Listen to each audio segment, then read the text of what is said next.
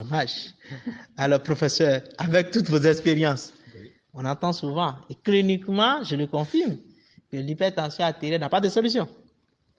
Mais avec vous, on apprend beaucoup sur la médecine naturelle, sur les fruits, sur les légumes.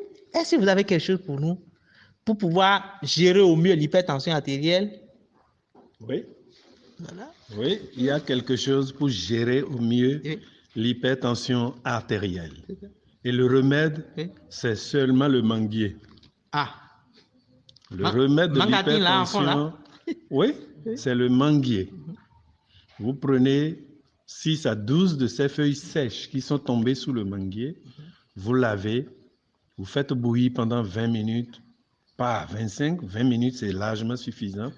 Vous laissez tiédir le liquide et vous prenez une tasse matin, une tasse le soir, votre tension disparaît. Si c'est une tension dite maligne, il faut prendre les feuilles et l'écorce de manguier et vous mélangez les deux, vous préparez. C'est efficace pour baisser totalement votre tension Wow. et ça n'augmente plus. C'est ça. Ce que je viens de dire est également valable pour le diabète. C'est ça. Qu'il soit de type 1 ou de type 2, Oui. vous faites cette recette, Oui. votre pancréas régénère. Wow. Mais, professeur, est-ce qu'il y a un dosage donné? Est-ce qu'il faut aller, c'est combien de verres par jour?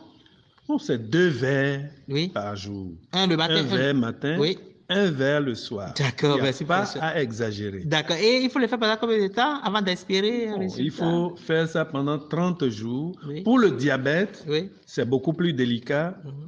Si vous prenez un verre matin, un verre le soir, le lendemain, vous dosez votre glycémie. Sinon, ça risque d'aller totalement en bas et vous allez être hypoglycémique. Ah. Et c'est pas bon. Donc, il faut le faire. Et ce n'est pas que ça. Pour le diabète, Oui. il y a le gombo.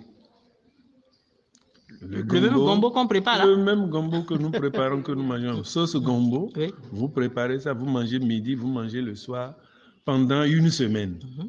Faites ça si vraiment votre diabète atteint 3,50 g. Vous allez vous retrouver à 0,85. C'est que c'est essayé. Oui. J'ai essayé. Oui. C'est certain, c'est sûr. Super. Effectivement, on n'en doute pas. N'oubliez pas, chers internautes, c'est un bac plus 24 qui en parle. Effectivement, il sait de quoi il parle. Alors, je comprends qu'à un certain moment, vous êtes surpris, et tout comme moi d'ailleurs, qu'il y a de ces recettes simples. Et voilà. Mais professeur, pour le volet préventif, oui. Alors que ce soit le gombo, que ce soit au niveau du manguier, est-ce qu'on peut l'utiliser pour le volet préventif? Et là, comment il faut l'utiliser? Bon, voilà. Si nous avons de l'hypertension artérielle, le diabète, c'est parce que nous vivons mal. Nous vivons mal. Pour bien vivre, il faut se contenter de peu de choses et revenir aux règles premières. Oui. Supprimer le gras, oui. Pas beaucoup de sucre, oui.